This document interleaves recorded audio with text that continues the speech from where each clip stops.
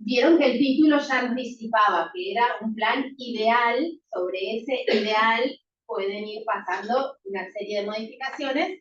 Esta fue una de esas modificaciones, por suerte, sobre la marcha, y gracias al chequeo ahí atento de nuestras ayudantes alumnas, vieron que faltaba esta clase, decidimos hacerlo entonces de manera presencial. Vieron que la velocidad de esta primera unidad es así. Ustedes se dan cuenta que el lunes que viene tenemos el parcial. No sé cómo lo viven ustedes, para mí se pasó así, muy, muy rápido. Me imagino que para ustedes también. ¿Y están trabajando mucho?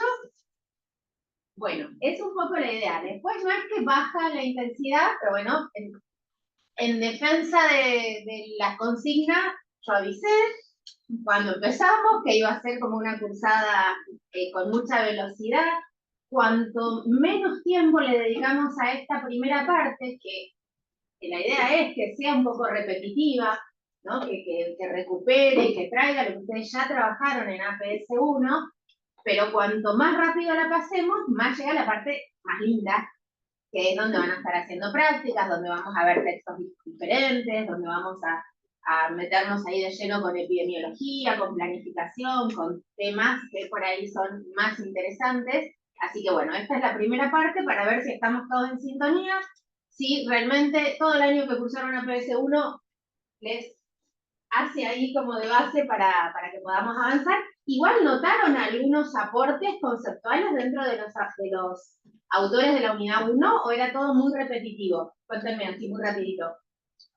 Ponemos a ver mejor casi con los autores que llegábamos a entender mejor las cosas. Sí, bien. Bueno, un poco esa es la idea. Que vuelvan a algo que les suene familiar porque ya lo vieron, pero con alguna cosita distinta, más interesante de por ahí de leer y escuchar autores hablando de esto, que no seamos solo nosotros, ¿sí? Por eso también nos detuvimos en el trabajo con el documental, en donde, entre otros, está Alicia Stolkiner, que es la primera parte de la clase. Vamos a trabajar ahora con el texto de Alicia, que ya la tienen, ya conocen su cara y su voz, porque ella participa del documental. ¿La ubican? Sí. Bien. Y Mario Roveri, si no me equivoco, también estaba en el documental. Tenía unas participaciones un poquito menores, pero estaba también, ¿no? Bueno, ¿empezamos? ¿Ya estamos grabando? Ah, bueno. ¿Cómo? Con el mouse, ¿cómo entrar? ¿Alguna de ustedes me puede ayudar con el mouse? Sí, obvio. Vos, Marti, si no, porque Mariana que me mate con el mouse es un montón. Ahí estamos. Bueno, acá un poco para repasar, ustedes esta clase en Pedco tienen un PDF de una clase viejita, ahora yo la actualicé y voy a volver a subir esta clase pasada a PDF, pero más o menos es como venimos repitiendo, ¿sí? Cómo se agruparon las clases de alguna manera. Ustedes, acá falta, no se va a ver esto bien. Bueno. Tuvieron una clase de Manukian, que fue grabada, asincrónica. Tuvieron una clase mía viejita, que me imagino que la habrán escuchado en 1.5, de Mario Testa y Bertolotto, ¿sí? Que fue de las primeras cursadas, donde, bueno, por ahí hay cosas que ustedes dicen, ¿de qué está hablando? Porque en ese momento la red se hacía solamente grupal, era parte de una tarea. Así que bueno, ustedes ahí van viendo qué les sirve, pero los aportes conceptuales más importantes de esos dos textos los repasamos en ese teórico, ¿sí? También hay otra clase grabada del año pasado en donde vemos algunos puntos, los más importantes, del texto de la renovación de la APS para las Américas, que es el texto que parece muy largo, el PDF, vieron que cuando lo abren parece que tiene como 70 páginas y en realidad el cuerpo conceptual es muy cortito, después tiene muchos anexos y muchas imágenes, que es este capítulo de acá, también el de Tejeda de Rivero y de López Fernández. Todo eso lo trabajamos en una clase que está grabado en Pedco. Esa clase que yo le digo la clase de Tute, porque es una clase que fui ilustrando todas con viñetas de Tute, es muy importante.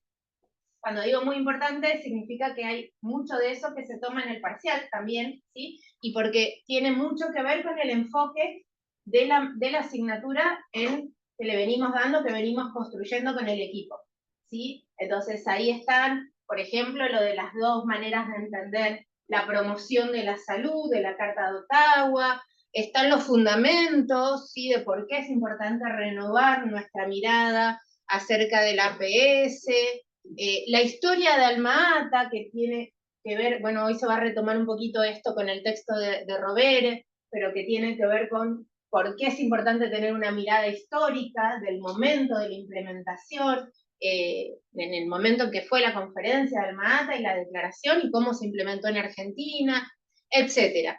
Y los 2 textos que nos quedaban, y que entonces vamos a trabajar hoy, son 2 textos de autores argentinos, Alicia Stolkiner y Mario Rovere, que son, vamos a avanzar un poquito más, que tienen que ver también con una manera de pararnos, de posicionarnos desde la cátedra, que tiene que ver con lo que nos ha enseñado Mario Testa, sería, ¿no?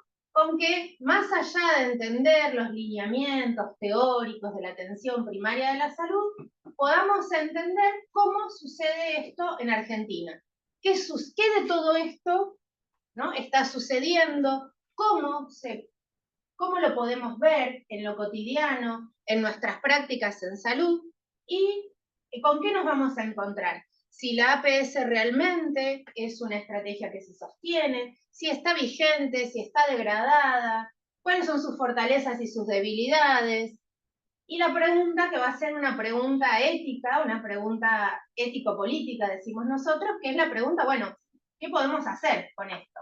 ¿No? ¿Qué vamos a hacer? ¿Quejarnos de todo lo que anda mal? O preguntarnos acerca de cómo podemos revitalizarla, qué podemos hacer y qué podemos hacer fundamentalmente desde nuestro rol, desde nuestro lugar como trabajadores de la salud. Vamos un poquito más. En este mismo sentido, que nos proponemos pasar entonces de un significado más teórico al significado más concreto, como nos enseñó Mario, vamos a ir, avanzar todas las de esta. Hemos seleccionado algunos textos que recogen experiencias de investigación, de reflexión sistemática, ¿sí?, un reconocimiento y un aporte desde la ciencia en Argentina, y por eso hemos seleccionado 2, en realidad al principio eran 3 investigaciones, porque falta una más, que luego pasó a la bibliografía optativa, pero 2 de estas investigaciones quedaron como parte de la bibliografía obligatoria de la unidad 1, que son entonces los 2 textos que vamos a trabajar hoy.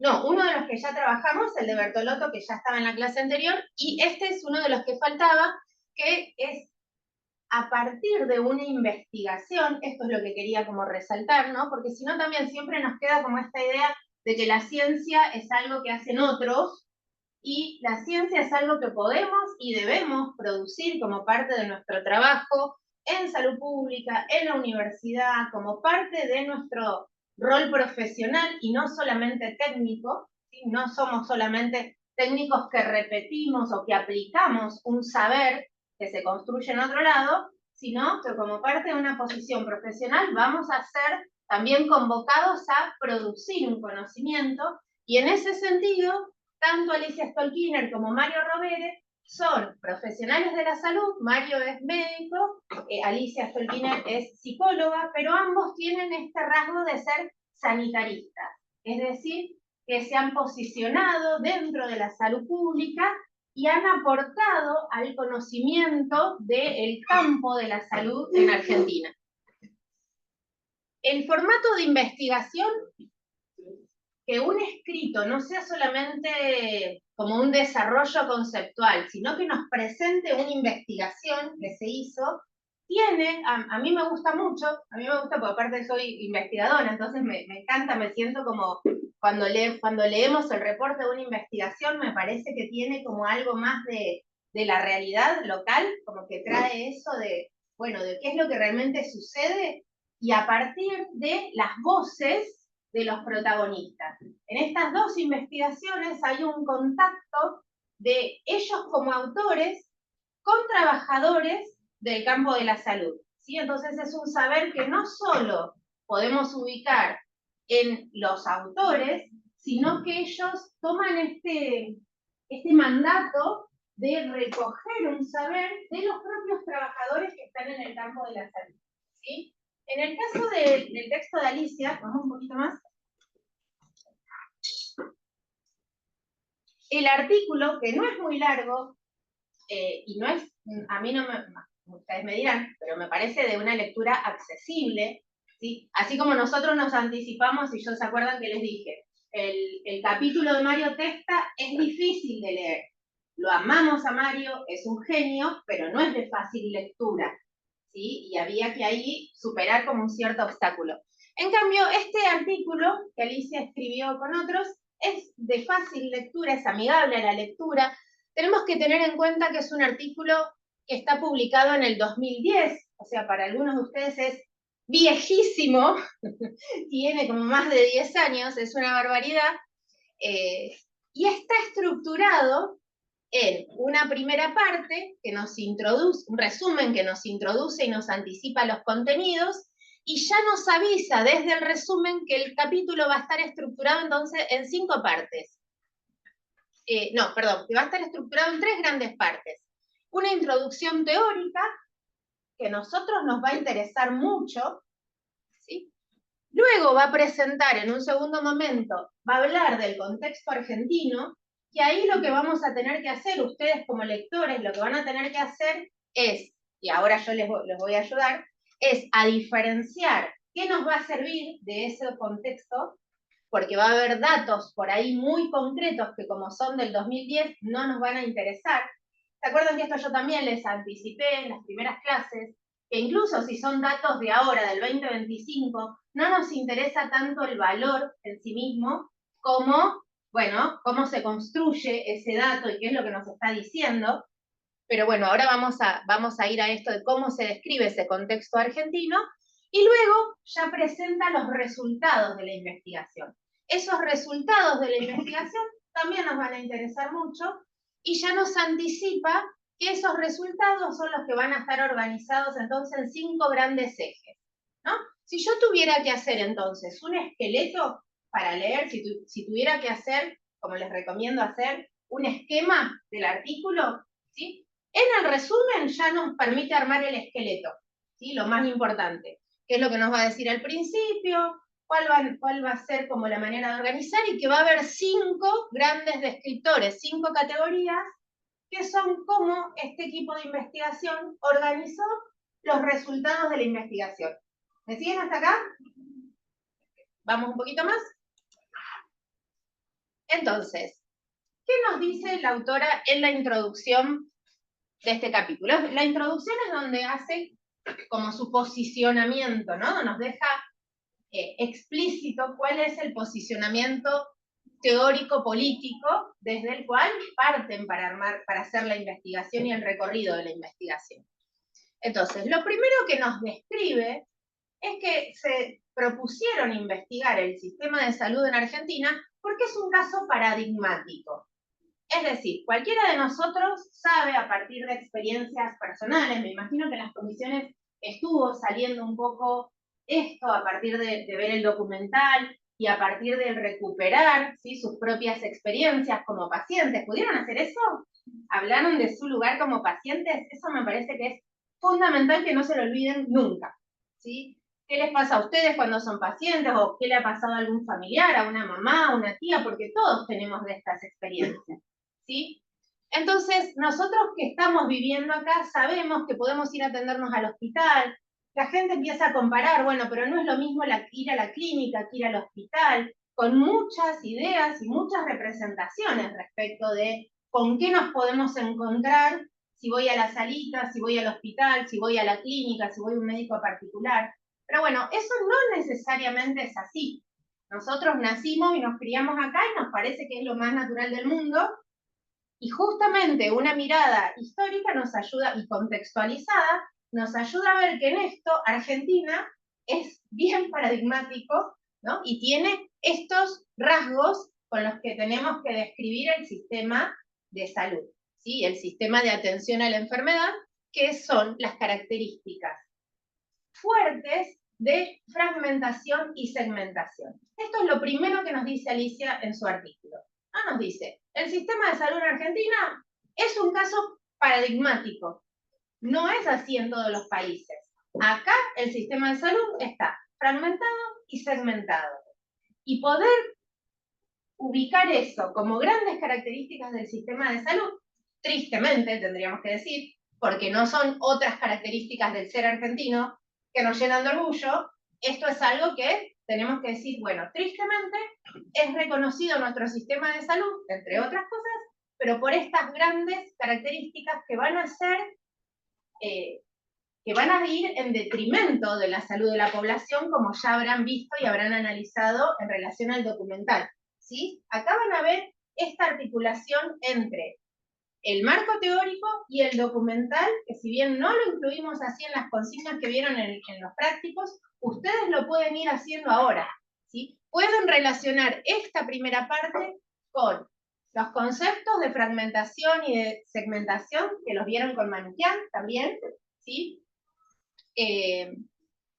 Y que en este artículo los empezamos como punto de partida. ¿Está bien?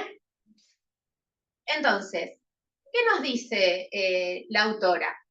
Que esto, si bien podemos identificarlo como rasgos típicos en Argentina, no fueron históricamente siempre iguales, sino que son características que se profundizaron a partir de la reforma neoliberal en los 90. Sin embargo, cuando se escribe el artículo, acá van a tener que hacer como un esfuerzo por comprender esto, ¿no? En el 2010, cuando ella habla de un momento de revitalizar la PS, no lo está diciendo de ahora, lo está hablando en el 2010. ¿Me siguen?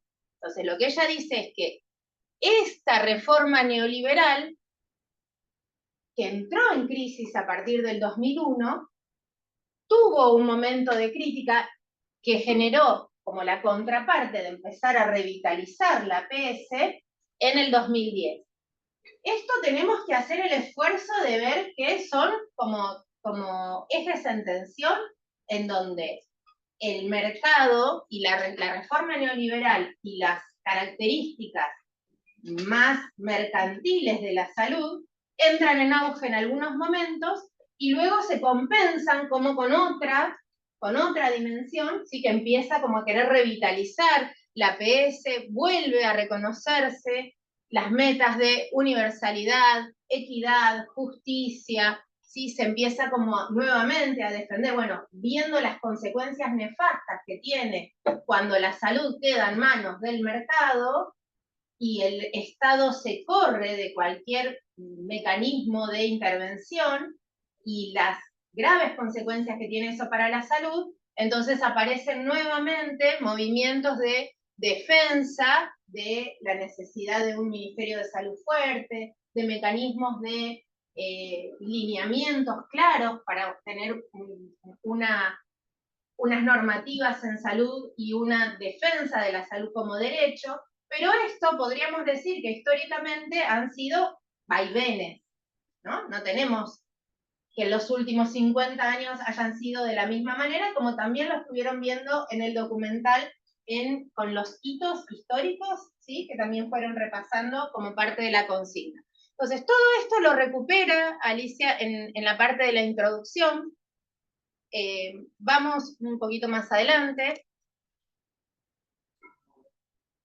Entonces, lo que yo les quería como que estén atentos es que cuando ella dice las condiciones actuales, está hablando de ya hace 10 años, y lo que plantea entonces es que incluso cuando hay un interés o un intento de fortalecer, ¿sí? la salud como un derecho, esa tendencia se contrapone con algunas resistencias que han estado siempre y que se mantienen. Por ejemplo, una compleja dinámica de actores sociales que en el campo de la salud se conoce como pacto corporativo, que más adelante lo vamos a retomar un poquito, ¿sí?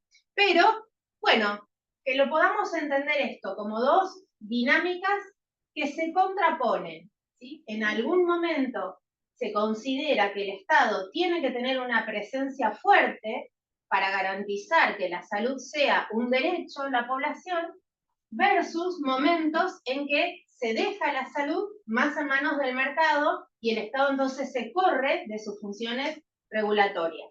Esto a lo largo de nuestra historia fue como fluctuando, es un vaivén, y lo que tenemos que entonces identificar es que aún en cualquiera de los dos momentos, siempre nos encontramos con un sistema fragmentado y segmentado. Eso no cambia. Eso sí es parte de algo que caracteriza nuestra realidad, sobre todo porque incluso en los momentos en que se quiere lograr un sistema más integrado, la integración del sistema de salud se encuentra con fuertes obstáculos y grandes barreras, entre ellas, ¿no?, el pacto corporativo, que vamos ahora a trabajar un poquito eso, que tiene que ver con que hay muchos sectores que no les conviene tanto que el sistema de salud esté más integrado, ¿sí? ¿Conocen alguna experiencia de otro país en donde el sistema de salud esté integrado entre lo estatal, lo privado y las obras sociales? Brasil, exactamente. Es uno de los ejemplos que en el documental plantea, que es dentro de nuestra realidad latinoamericana bastante cercano, y que justamente tiene el SUS, que es el Sistema Único de Salud, en donde con fallas, también con vaivenes, digo, no es para que lo idealicemos, pero sí que es una experiencia latinoamericana de intentar, ¿no? Bueno, cómo hacer funcionar un sistema con distintos prestadores de salud a partir de garantizar un derecho a la salud, ¿sí? También han tenido sus vaivenes, igual no nos quedemos ahí como que son ideales, pero bueno, Argentina no tiene de estos, no ha logrado el avance que ha logrado sí Brasil en este intento de integración. Vamos una más.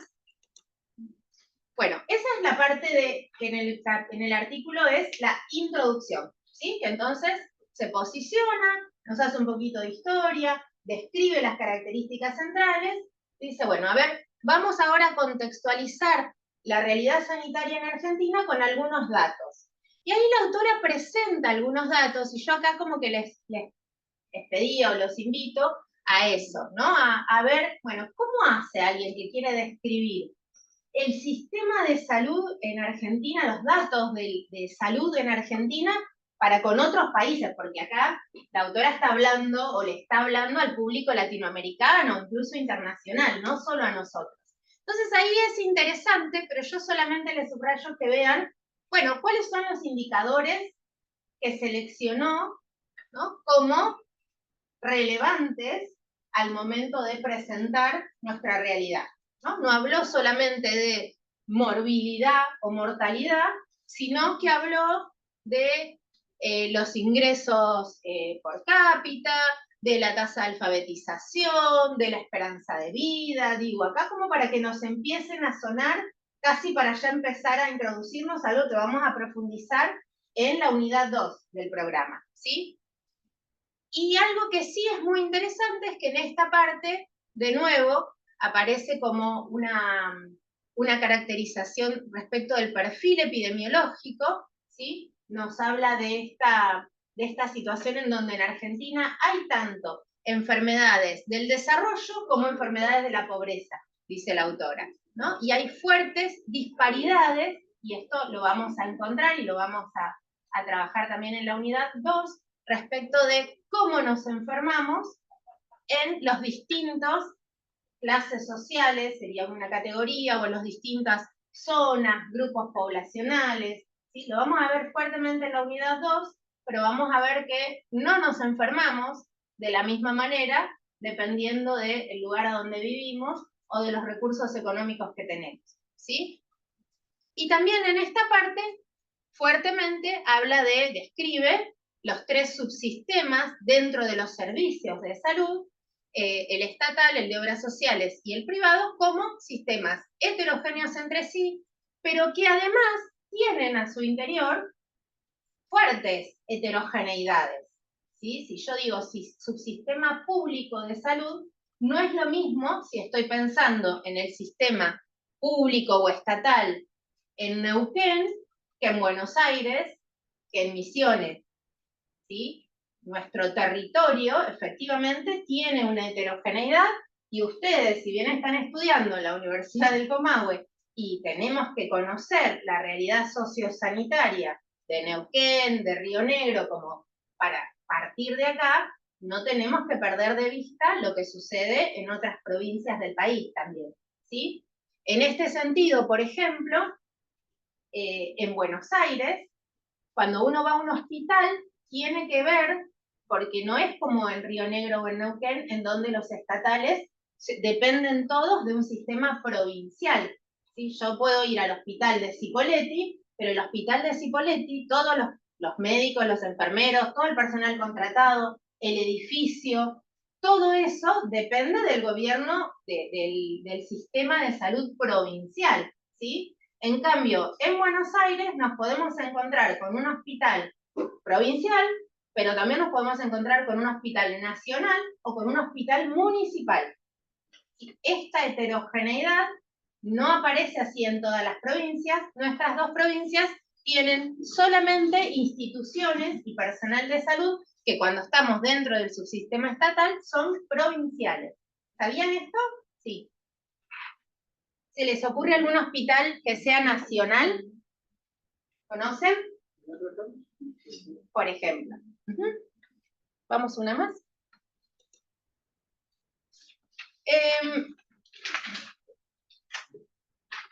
Y acá ya pasamos a la tercera parte. Entonces, introducción, que es la posición teórica y las grandes características del sistema.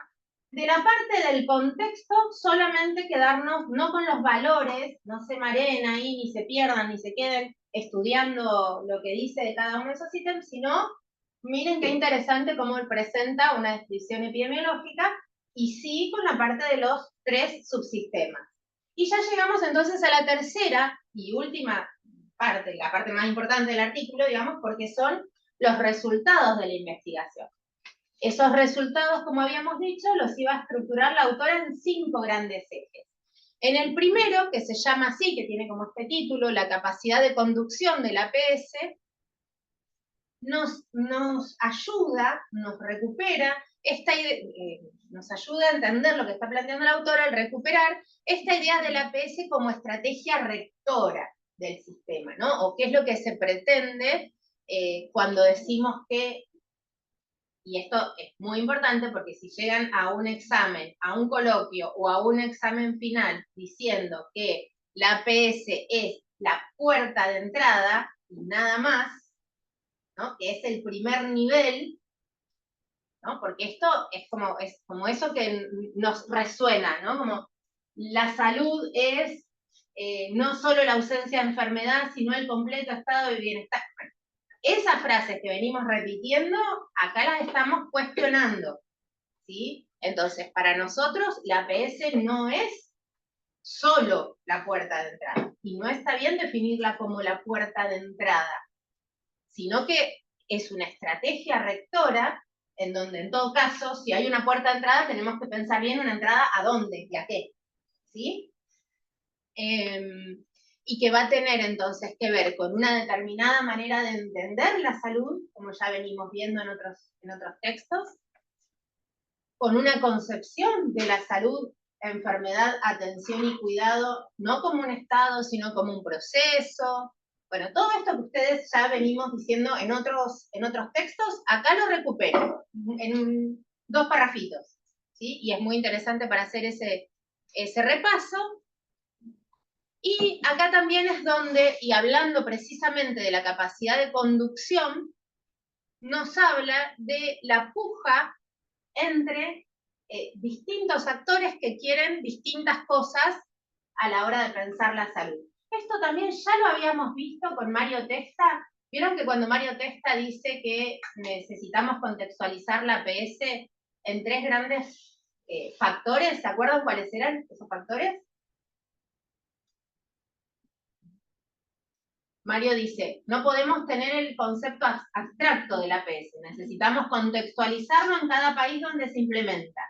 Y para eso tenemos que tener en cuenta 3 grandes elementos. El sistema de salud, que tiene actores sociales interesados, y la tecnología. Bueno, los actores sociales interesados tienen que ver con esto de los intereses corporativos, ¿sí? ¿Por qué? Porque nos ubica en esta situación en donde médicos y trabajadores de la salud en general tienen intereses que pueden ir para una manera de entender la salud u otra, en términos de salud como derecho o salud como mercancía, ¿sí? En esto es muy importante y tiene ahí como ese punto de coincidencia con lo que plantea Mario, porque tiene que ver con una manera entonces de entender la salud, ¿sí? No solamente de intereses porque quiero algo para mí privado, sino con una determinada concepción acerca de la salud. En este punto, si llegara, que es la pregunta que se hace la autora, ¿no? Dice, bueno, ¿por qué no tendríamos un sistema de salud más integrado? Las veces que se intentó hacer experiencias de integración, lo que nos hemos encontrado es con esto, con intereses corporativos, porque hay grandes sectores de la comunidad que podrían verse perjudicados si hay más regulación estatal o si pudiéramos llegar a una mayor integración. Por ejemplo, las industrias de salud, las corporaciones profesionales. ¿A usted le suena que alguna corporación profesional puede estar en contra de que tengamos un sistema de salud más integrado? ¿Les parece que esto es posible o no? Si yo digo que hay corporaciones profesionales que están en contra de que tengamos un sistema de salud más integrado. Bien, esas serían instituciones que tienen que ver con las corporaciones médicas y con corporaciones de profesionales, pero además dentro de la profesión de ustedes y dentro de los médicos, hay algunas especialidades que más fuertemente defienden intereses corporativos, incluso distanciándose del resto de los compañeros de la misma disciplina, ¿no? Por ejemplo, dentro de los médicos, anestesia es una especialidad que no le importa más nada que su propia especialidad, ¿sí? Y tienen ahí una defensa corporativa por tener aranceles diferenciales respecto de otras especialidades. Y así podemos encontrar varios ejemplos. Ahora está pasando, por ejemplo, con fuertes discusiones respecto de los psiquiatras. En Neuquén, por ejemplo, se me ocurre, ¿no?, traer como un ejemplo de la actualidad, en donde estamos planteando un abordaje interdisciplinario, de salud mental, un abordaje en equipo, pero los psiquiatras están defendiendo, ¿no?, de manera corporativa sus intereses al interior de esa manera de trabajar. Bueno, nos vamos del tema, pero digo, lo importante de esto es no quedarnos con una lectura ingenua de que el mercado serían solo las grandes farmacéuticas.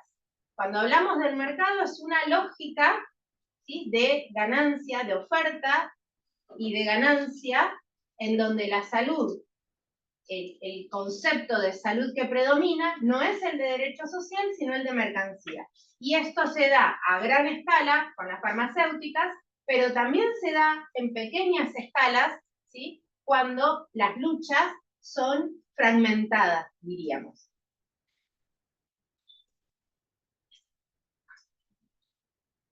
Y acá una cuestión que me pareció interesante es ver o pensar con ustedes esto respecto de cómo se hace en un país donde, en un país federal como Argentina, ¿sí?, pero en donde cada provincia tiene cierto grado de autonomía respecto a cómo se manejan sus asuntos de salud, porque hay ministerios de salud provinciales y porque además las provincias tienen esta autonomía para tomar decisiones en salud. ¿Cómo hace el ministro de Salud de la Nación si quiere tener un país con menos inequidades y con menos diferencias entre lo que es la salud en Río Negro, Neuquén, Misiones, Buenos Aires, La Pampa, ¿no? ¿Cómo hacemos para tener un cierto lineamiento nacional en un país con tantas heterogeneidades y con tanta autonomía de cada provincia? Y en esto, la autora repasa qué herramientas tiene cada uno de los poderes en una democracia para tratar de tener esta rectoría, ¿no? Capacidad de conducción tiene que ver con una rectoría, con un lineamiento, con, bueno, vamos a hacer todos esto. Y es muy interesante que dentro del Poder Ejecutivo, que es lo que a nosotros más nos interesa, ¿sí? Porque es donde, si somos trabajadores de la salud, el campo en el que seguro nos vamos a poder desempeñar es dentro del ministerio, de los ministerios de salud. Este Ministerio de Salud es el que va a tener impacto en nuestros espacios de trabajo, ya sea que trabajemos en un centro de salud, en un puesto, en un hospital. ¿Por qué? Porque a partir de ciertos mecanismos, sus decisiones van a llegar a nosotros, aunque estemos trabajando en un centro de salud de una provincia, lo que suceda a nivel nacional va a tener algún tipo de llegada. En esto, cada Ministerio de Salud busca sus mecanismos para llegar más o menos. No es a partir de, por ejemplo, hacer una ley, porque el Poder Ejecutivo no tiene la facultad de hacer una ley, ¿sí? Acá tenemos que volver como a educación cívica, era en mi época, no sé ahora cómo se llama esa materia, pero bueno, a entender las diferencias entre los mecanismos que tienen cada uno de los poderes. El Poder Ejecutivo no puede sacar una ley y hacer que, por ejemplo, no sé, sumar tal cosa al calendario de vacunación. Tiene que utilizar alguno de estos mecanismos, como por ejemplo la financiación. Tiene que ofrecerle a las provincias, bueno, financiamos tal programa para que vos lo hagas. Si ustedes hacen tal programa, nosotros los ayudamos a hacerlo, financiamos tal cosa, les damos tales insumos. Entonces, de esa manera, por ejemplo, el remediar es una manera en que el Ministerio de Salud de la Nación en su momento trataba de garantizar, mediante la financiación, ¿sí?, cierto nivel de homogeneidad en el acceso a los fármacos en todo el territorio nacional y no que dependa de cada provincia si se compraba o no la medicación para, qué sé yo, la hipertensión, por ejemplo. ¿Sí? Ese es un ejemplo de un mecanismo en donde esta herramienta de financiación trata del Ministerio de Salud de la Nación tener cierta posibilidad de rectoría en el territorio nacional. ¿Sí? Otros dos es la regulación con la Superintendencia de Seguros de Salud y la búsqueda de concertación y consenso tiene que ver con un órgano que es el COFESA, en donde todos los ministros de salud de cada una de las provincias se reúnen a tratar de tomar decisiones compartidas, ¿no? Por eso es una búsqueda de consenso. Yo no sé si se siguen reuniendo con qué frecuencia, pero... ¿Se acuerdan en la pandemia, antes de que salieran todo lo que eran las notificaciones oficiales de los lineamientos, eran post reunión de COFESA? Entonces, cada uno de los ministerios tenía un emisario, no necesariamente era el ministro de Salud de la provincia, tenía alguien que definía, se juntaban, discutían y de acuerdo a eso sacaban una normativa, digamos, no con la calidad de ley, pero sacaban una normativa que es lo que después salían las informaciones oficiales. Y por otro lado, también de alguna manera compensa y regula lo que son los fondos solidarios también en COFESA. Bien, vamos más rápido porque me estoy robando todo el tiempo. En la parte del financiamiento, que es el segundo, vieron que dijimos 5 ejes donde organizan los resultados. Los resultados tienen que ver con este conocimiento y con la voz de distintos actores dentro del campo de la salud. El primero es describir, bueno, qué pasa con la capacidad de rectoría. El segundo repasa, bueno, cómo es el financiamiento del APS en Argentina. Acá vamos a pasar más rápido, porque esto lo vieron también con Manoukian. La conclusión de esta parte tiene que ver con los fuertes mecanismos de fragmentación y segmentación. Algo que es muy importante, déjenme solamente dar este ejemplito porque me resultaba interesante. Algo que nos encontramos es que muchas veces el subsistema estatal financia al público, al privado, perdón. ¿De qué manera? Cuando precisamente hay pocas regulaciones y hay algunas prácticas de atención primaria de la salud que solamente las hace el sector estatal y no las hace el privado. Entonces, el privado se queda siempre con las prácticas más rentables, las que le pueden dar algún tipo de ganancia, y las que no son rentables, pero que pueden tener mayor impacto en la salud de la población, siempre quedan a cargo del Estado. En salud mental es interesante el ejemplo porque hay una ley nacional de salud mental que indica, por ejemplo, que las internaciones por salud mental, cuando se dan, se tienen que hacer en hospitales generales. Sin embargo, esta normativa, que es ley desde el año 2010, no la cumplen el privado. El privado solamente hace las prácticas de salud mental que le resultan más rentables. Por ejemplo, la atención, ¿sí?, ambulatoria, algunos tratamientos más especializados y demás. Pero todo lo que tiene que ver con atención en crisis, urgencias e internaciones recaen en el sector estatal en la gran mayoría de las veces, ¿sí? Entonces esos son mecanismos en donde terminamos recargando el sector estatal. ¿Por qué? Porque hay personas, nosotros vamos a cualquier hospital de Río Negro y podemos encontrar internadas por salud mental personas con o sin obra social, incluso personas con medicina prepaga, pero que su prestador de salud le puede pagar la atención ambulatoria, pero no la internación, y eso recae en el hospital, que termina sin camas, con profesionales saturados, ¿sí? Entonces, recarga en detrimento de la calidad de la atención del sistema estatal, porque hay partes que el sistema privado no asume como parte de sus obligaciones. Esto era solo para repasar, pero ya lo estuvieron viendo en la clase de Manukyan. Les sugiero que lo repasen porque es muy importante y después no digan que no se los avisé. El tercer eje tiene que ver con los recursos. Lo mismo, no se detengan en los datos concretos, ¿sí? Sí presten atención a las variables más cualitativas que aparecen cuando se describen las desigualdades y las inequidades, y cómo la autora relaciona esto con cierta cultura hospitalocéntrica, ¿sí? Vamos un poquito más rápido, pero porque quiero llegar a, esta es la última igual. Los últimos dos ejes tienen que ver justamente con qué pasa con la integralidad y la continuidad de cuidados. Sintéticamente plantea que la principal dificultad para un funcionamiento de la continuidad de cuidados tiene que ver con esa cultura, ¿sí?, hegemónica medicalizante, y que cuando nos encontramos con la existencia de redes, esto porque quiero llegar ya como acá al capítulo de Mario Rovere, porque ahí este es el punto en donde están conectados, cuando tenemos la existencia de redes o el enfoque pensado en redes, es lo que nos ayuda a pensar en la posibilidad de una integralidad o de continuidad de cuidados, cosa que no sucede cuando lo único con lo que nos encontramos es con el sistema fragmentado.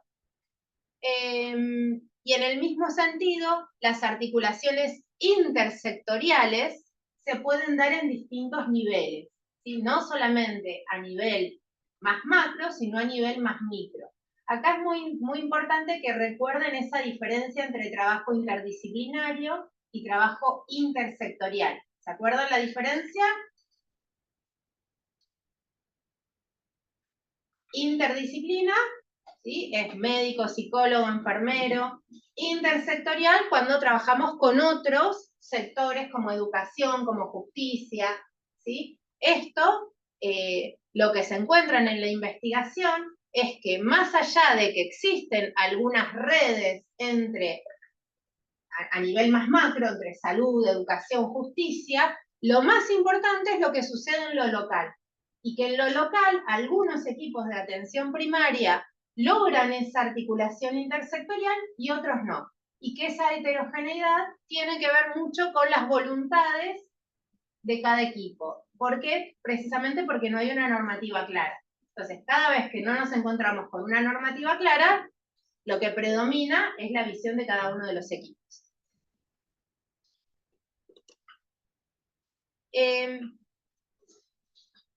Este fue el artículo muy a super velocidad porque me di cuenta que nos estábamos quedando sin tiempo y quiero que pasemos al texto de Mario Rovere, que tenemos a Mariana Leidy como invitada, como docente invitada de la cátedra.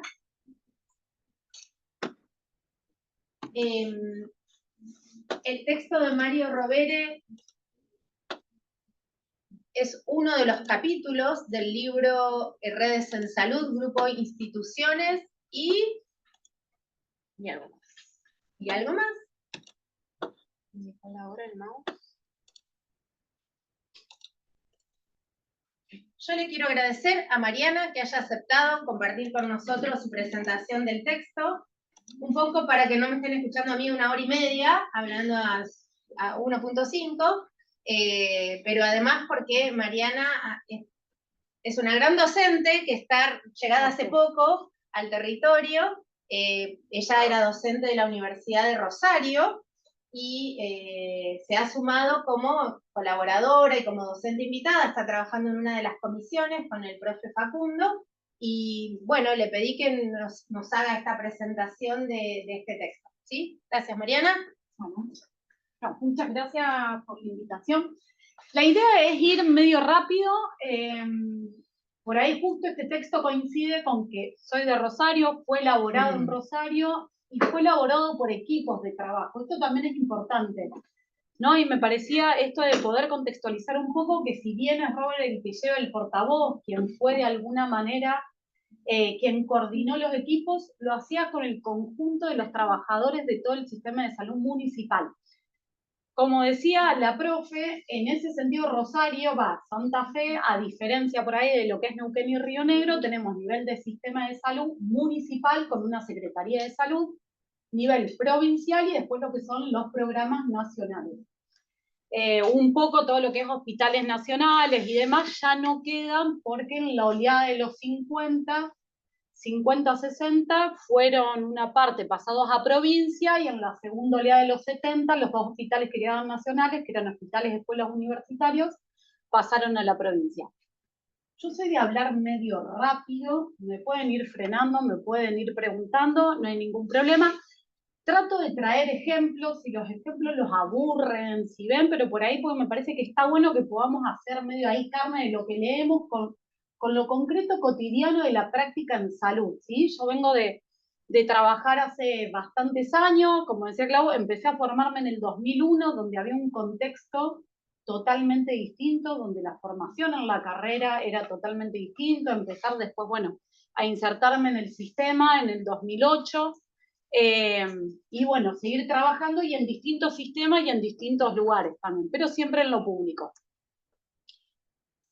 Voy a jugar un poco con lo que son citas de Mario Rovere porque entiendo que tenemos que tener un fuerte desarrollo conceptual en esta materia. La idea es poder rescatar qué nos trae cada uno de estos autores, pero cuando cada uno de estos autores nos trae algo, también es preguntarnos por eso que nos trae, ¿sí? Es interpelar un poco.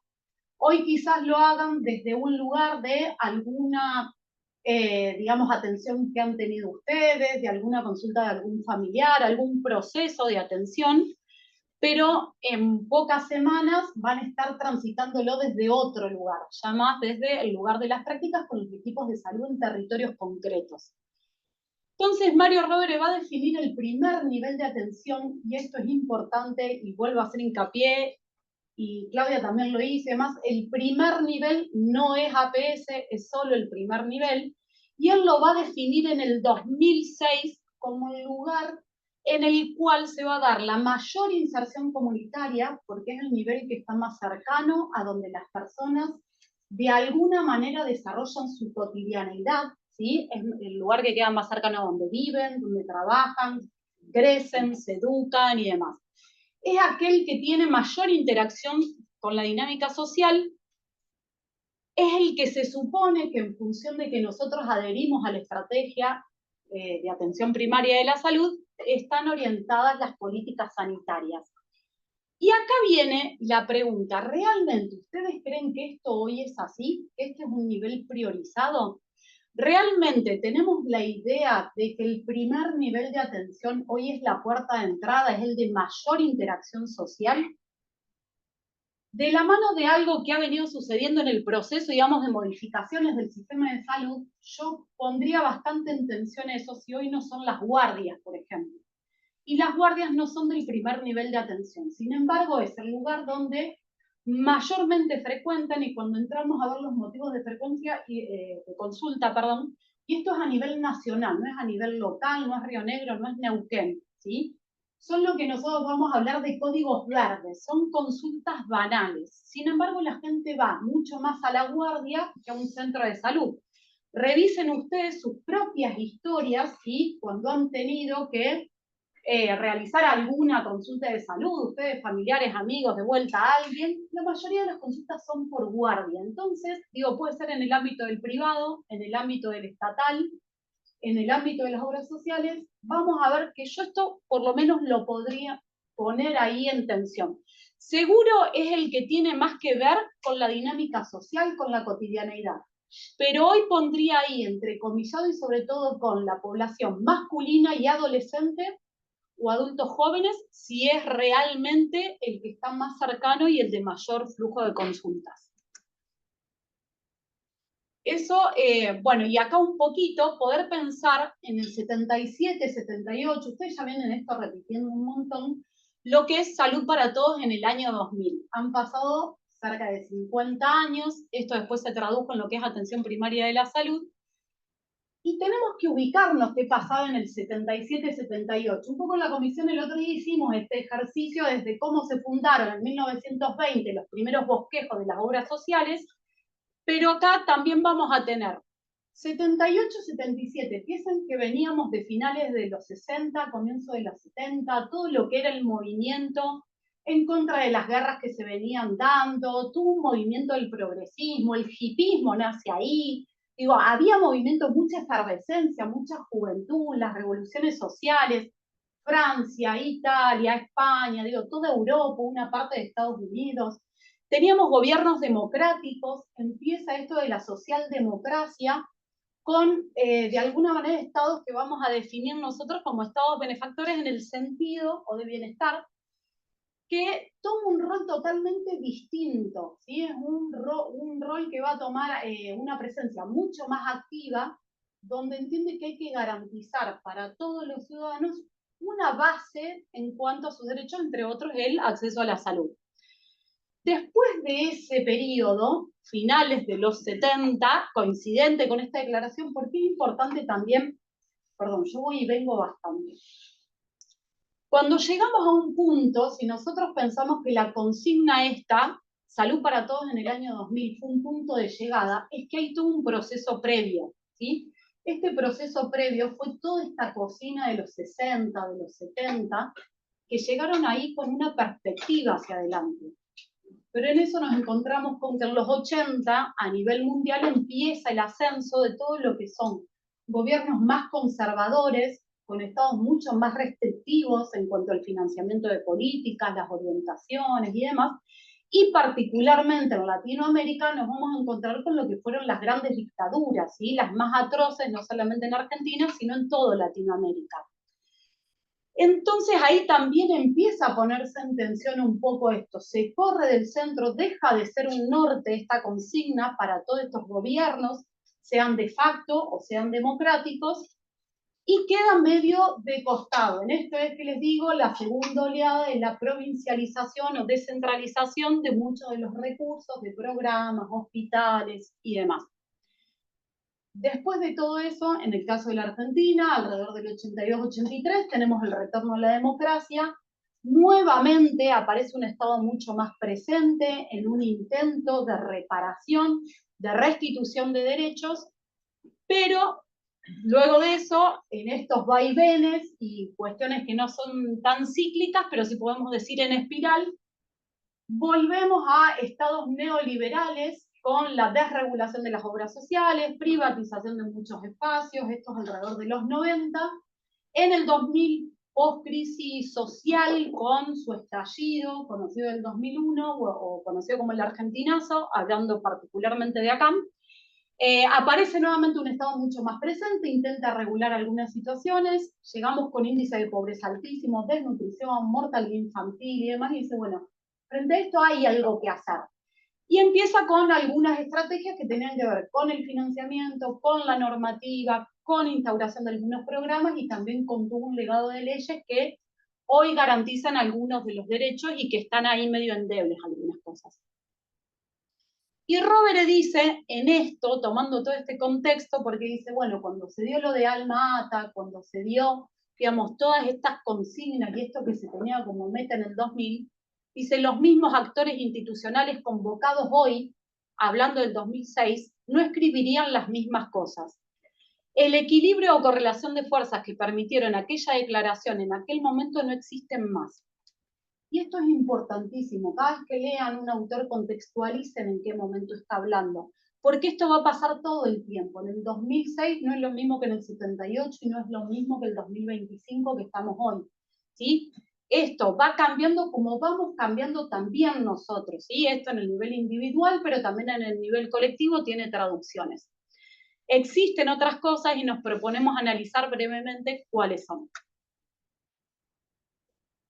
¿Y por qué tenemos que conocer el contexto? Bueno, un poco esto nos va a permitir saber en qué marco, digo, ¿por qué pensaron que el 2000 podía ser un horizonte en el que no hubiese más mortalidad por causas evitables? ¿Y por qué hoy eso nos resulta tan lejano 25 años después de esa propuesta?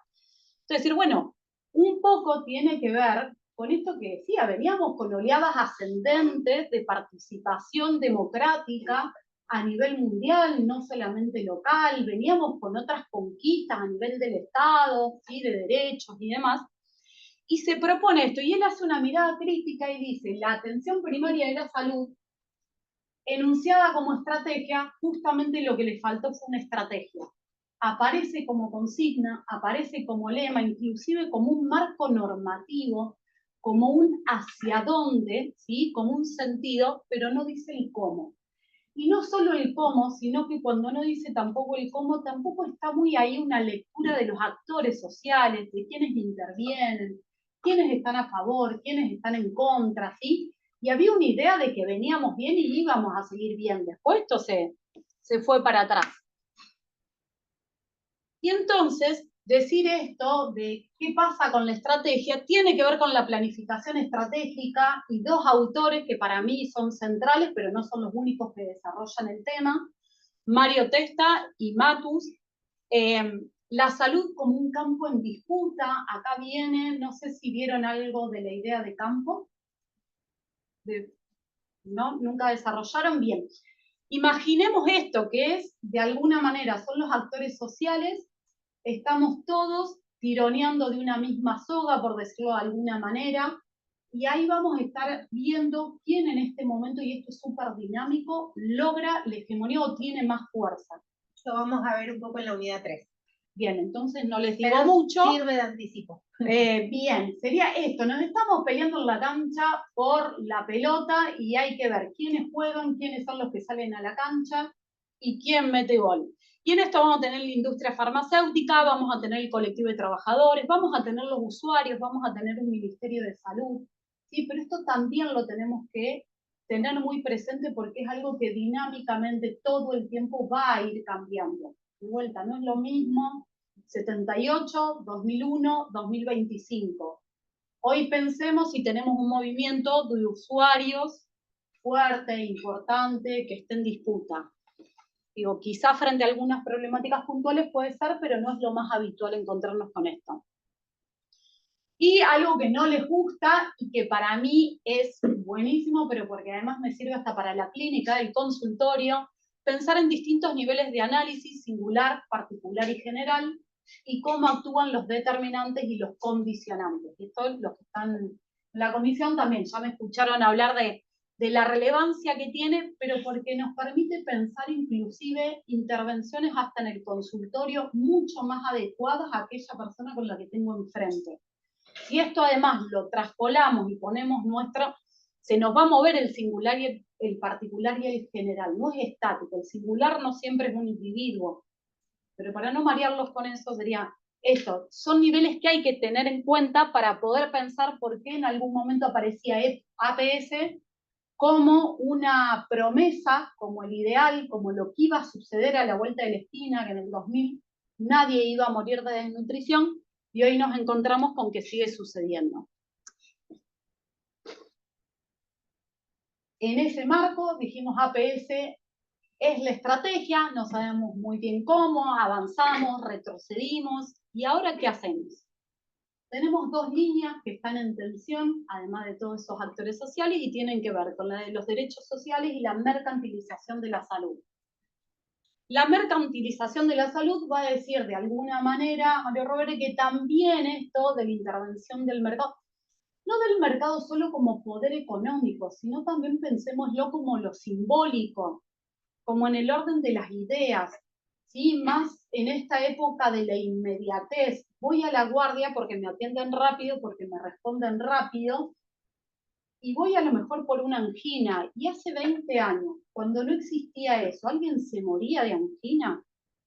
Y sin embargo la gente no entraba en crisis y capaz que esperaba 2 días para ir con su médico. Y quizás en algunas comunidades, en algunos centros de salud donde la relación médico-paciente o equipo de salud sea fuerte, se pueden esperar esos 2 o 3 días porque hay otro proceso. Pero cuando impactó fuerte en lo simbólico, el mercado, la inmediatez, y que para todo hace falta un estudio, para todo necesito un fármaco, no hay tiempo que perder, porque también la dinámica laboral de alguna manera nos impacta eso, no puedo perder días sin trabajar.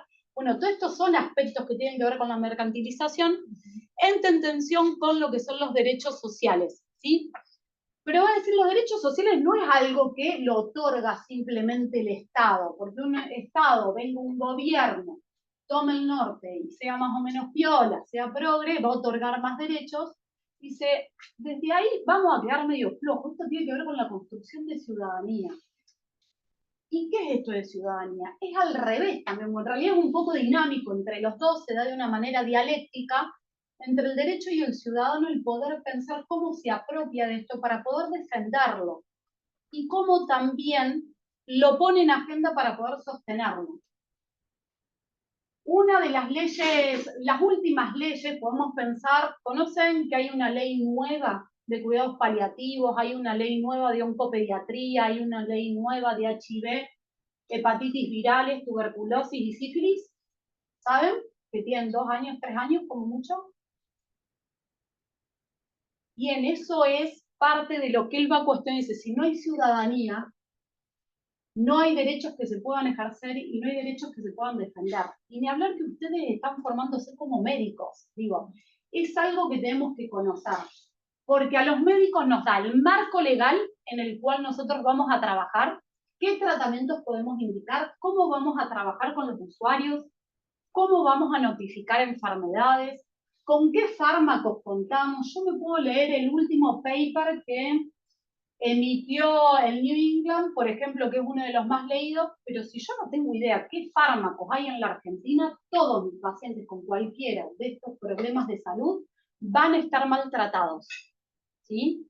Porque voy a hacer una receta a la que nadie va a poder dar respuesta, porque no va a estar el fármaco acá, porque va a ser muy costoso para la población que tenemos.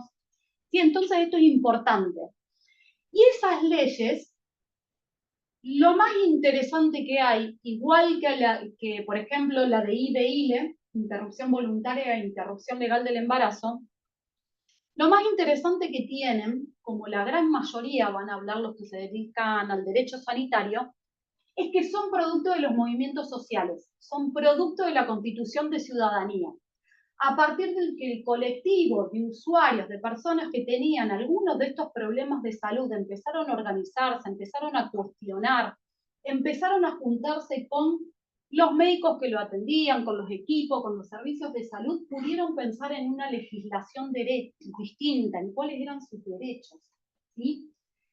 Y esto también es importante porque por algo suceden alrededor del 2020, no suceden antes estas leyes, y por algo en ese momento esos movimientos, esos colectivos de usuarios llegaron a esa madurez de poder ir hasta un Senado y plantear qué es lo que quieren como usuario del sistema de salud, y además es lo que, si nosotros vamos a lo que es Pichon Rivière, si revisamos otros autores, es lo que le va a dar la calidad o el estatus de salud, ¿sí?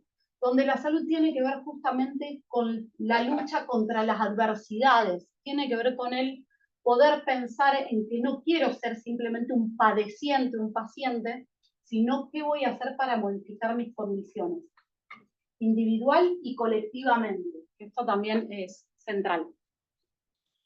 Y esto, que es bien para ustedes, los derechos sociales no están en el pasado, sino que están en el futuro. Esto es importante en el mundo de la clausura del futuro, porque esta idea de fin de la historia no se trata de la clausura del pasado, sino de la clausura del futuro. Una operación tendiente a que la gente deje de soñar, deje de pensar cosas, de proponerse cosas y de alguna manera se paralice. Esto es lo que llegamos a percibir en la piel, en nuestro trabajo cotidiano.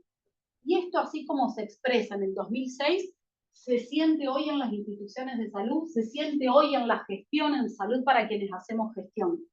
Cuando los trabajadores junto con los usuarios dejamos de soñar en que es posible otra forma de transitar la vida cotidiana, de transitar los padecimientos, y no buscamos otras alternativas, y dejamos de investigar y no aparecen fármacos nuevos, dejamos de pedir las vacunas, que son hoy obligatorias, pero producto también de luchas de investigación, dejamos de acceder a tratamientos acordes, ¿sí?, según el lugar en el que estamos y el padecimiento que tenemos, dejamos de pelear por medios diagnósticos que se vayan perfeccionando. Y es uno de los riesgos, entre otras cosas, que también pasa cuando apelamos a la inteligencia artificial y sumamos síntomas y buscamos una respuesta. Juega a clausurarnos el futuro, juega de alguna manera a nosotros a dejarnos en un lugar pasivo y a obedecer esto que dicen la industria farmacéutica, que dice la industria, la inteligencia artificial y demás. Hasta ahí más o menos voy, los mareé mucho entre lo que dice él y lo que yo voy trayendo más de lo cotidiano. ¿Se entiende? ¿Hay preguntas? ¿Ejemplos? ¿Nada? Bien. Bueno, y va a traer el concepto de equidad. Y esto también es para que lo cuestionemos. Equidad tiene que ver con la justicia, entendiendo como discriminación positiva. Equidad en la atención, ¿qué significa? ¿Que todos podamos acceder a un turno ya nos habla de equidad en salud? Equidad en la distribución de riesgos. Cuando hablamos de riesgo, hablamos de aquello que es evitable, tomando las medidas preventivas, ¿sí?, y que estos van a ir variando en función del contexto en el que desarrollemos nuestra labor como trabajadores, de donde vivamos y demás. Esto también es equidad, tiene que ver con las responsabilidades individuales de un Estado, de un empleador. Las va a definir. Equidad en la distribución del saber y del poder en salud.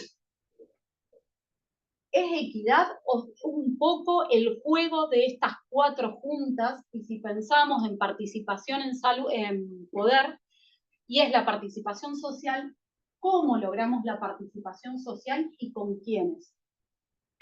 Y ahí puse una foto mía, que es acá en Neuquén. Yo no hace mucho que llegué queriendo hacer sobre todo medicina rural y muy, si se quiere, como atravesada por la cuestión de la equidad y por qué era lo que pasaba y cómo hacíamos para llegar a cada uno de estos puesteros sin pensar en que porque están en un medio rural, porque están aislados a 50 kilómetros quizás de otra casa, de una institución,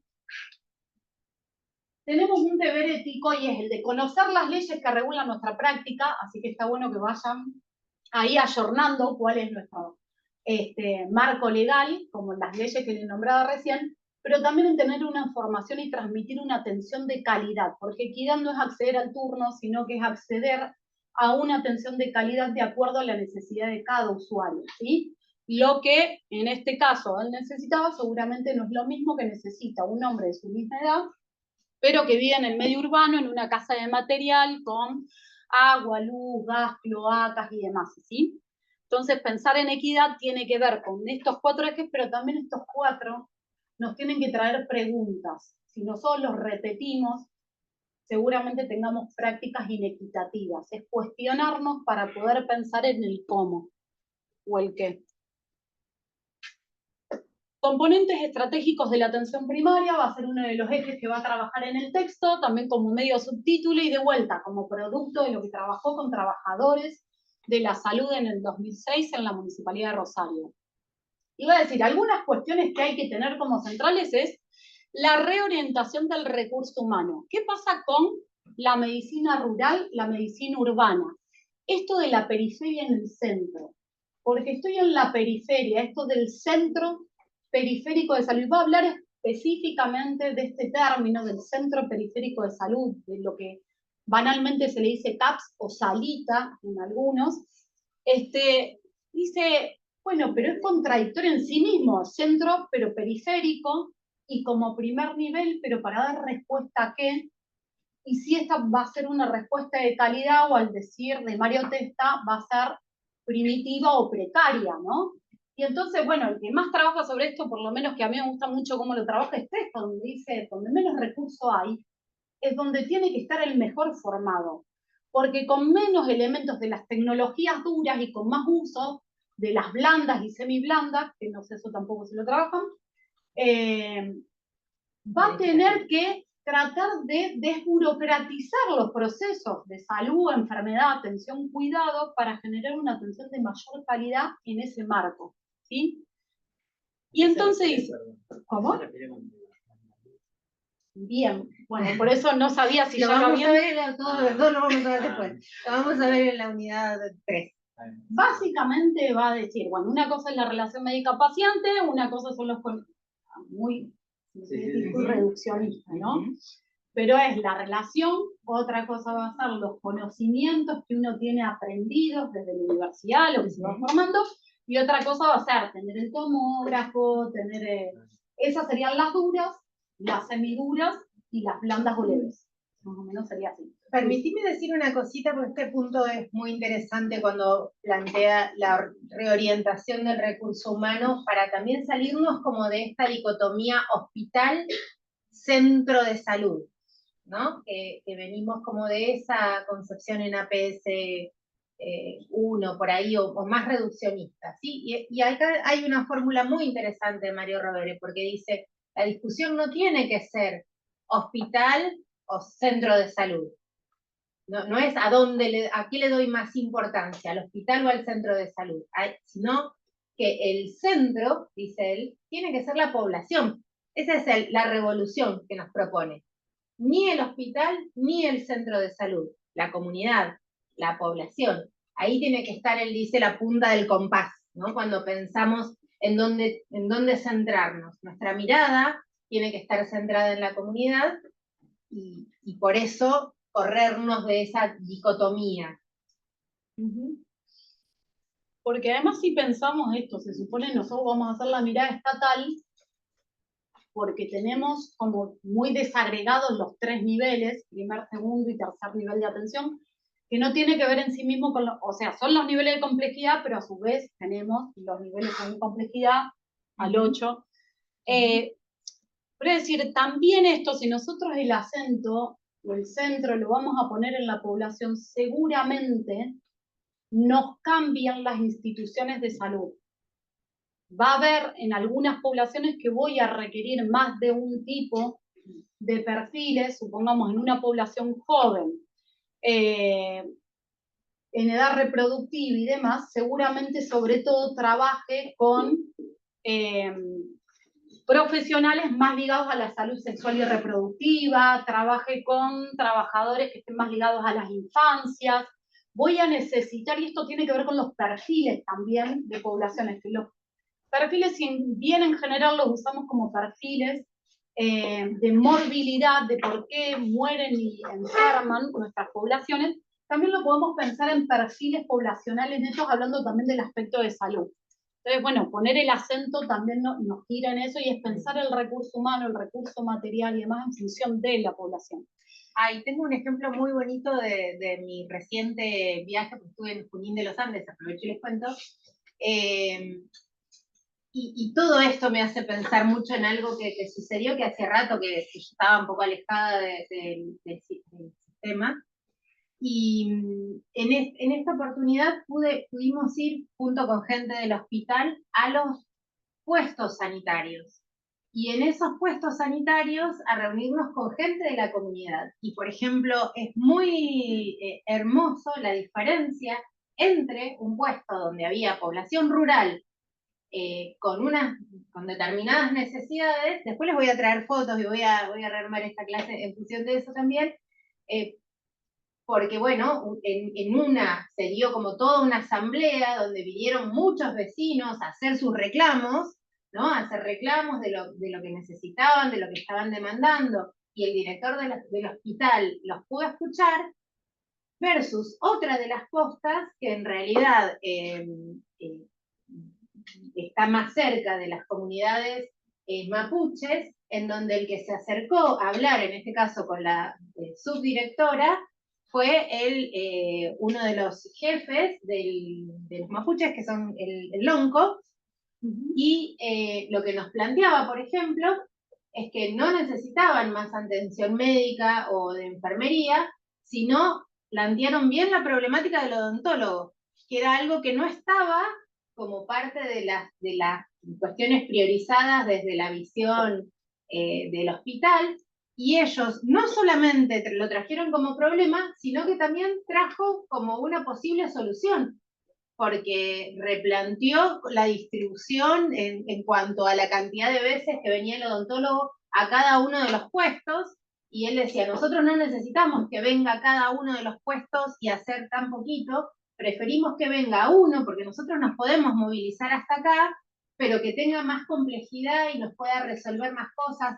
Bueno, es lo queremos trabajando en el ministerio. Claro, porque no solamente trajo el problema, sino una propuesta de solución, que la subdirectora le decía, ay, me encanta, ya, vamos a firmar un convenio para poder, porque hasta traían como la propuesta del lugar a donde se podía hacer esto, así que no, todo muy, muy, muy encaminado, y muy hermoso ver esto en la vida real, digo, que esto sigue sucediendo, que frente a todas las dificultades y al enorme desasosiego que tenemos muchas veces cuando trabajamos en atención o en gestión, en las comunidades hay propuestas, hay ideas, no solo hay reclamos.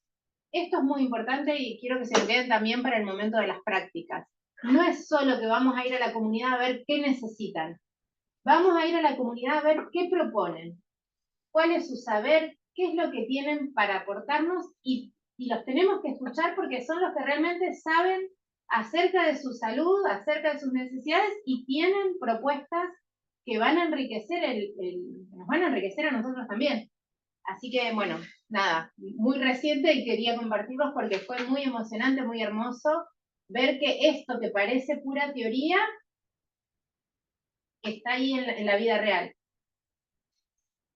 Y en eso es importante pensar cuáles son los facilitadores de esta participación social. Digo, que la comunidad esté organizada, a nosotros nos puede gustar más o menos, pero es un facilitador de que participe. Una comunidad totalmente atomizada, individualista, con las redes sociales rotas, sin vínculos y sin solidaridad, indefectiblemente va a ser muy difícil que participe. La podemos convocar 20 veces y vamos a estar en el centro de salud esperando que lleguen, y lo más seguro es que no vengan.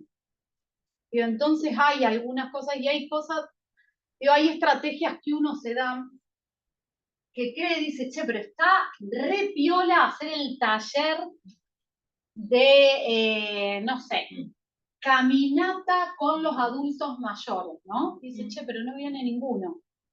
Bueno, a ver, los adultos mayores problematizaron y es esto, construyen desde que es el problema y cuáles son las alternativas posibles y cómo acompañamos desde eso con el saber que nosotros tenemos.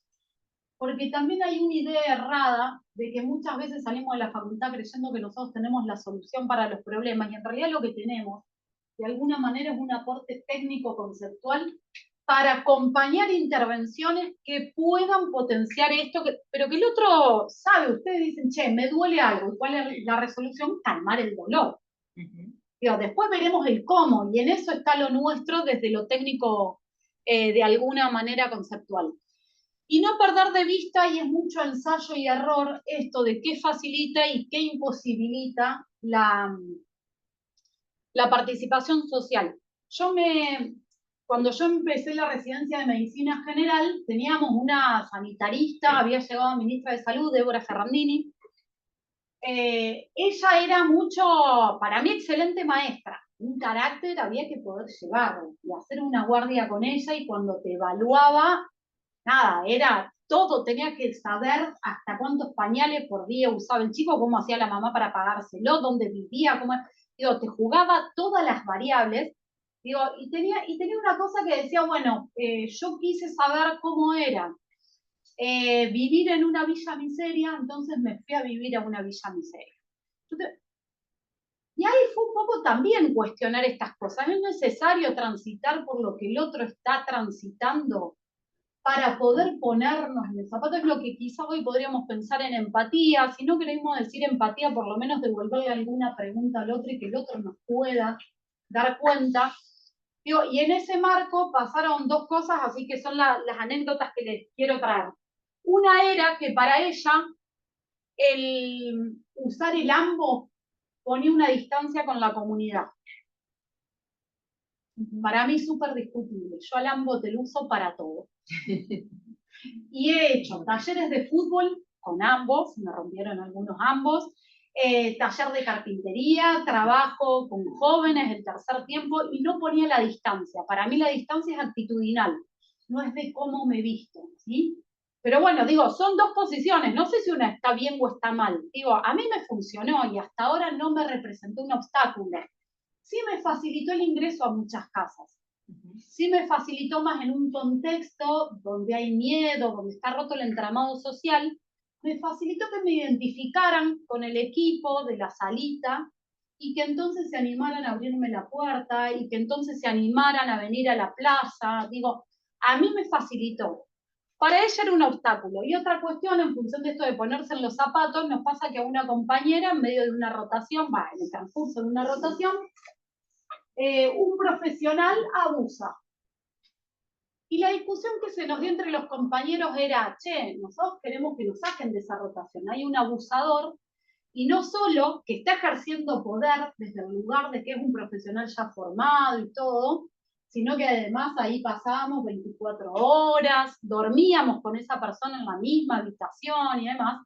Entonces, che, deja solamente queda en la cuestión de lo penal y lo que inicia esa compañera como demanda legal por el abuso sufrido, y la discusión entre nosotros era o la acompañamos, entendemos, o queremos vernos todos sometidos a la misma situación para todos iniciar demandas individuales, o queremos que la residencia tome un posicionamiento distinto y nos saque de esa rotación, pero además que se le haga un llamado de atención a esta persona.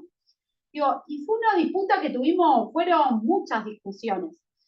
Obviamente la primera medida fueron las acciones legales y retirar a esta compañera de la rotación. Y también se los traigo porque es algo con lo que se van a encontrar en la práctica. Y pudimos avanzar en que por lo menos si este profesional se había iniciado un sumario investigativo y demás, pero seguía ejerciendo, imagínense que si lo hacía con otra colega que si bien estaba en formación, pero era alguien que tenía recursos, imaginémonos la situación con pacientes mujeres. Hablo de un tocoginecólogo.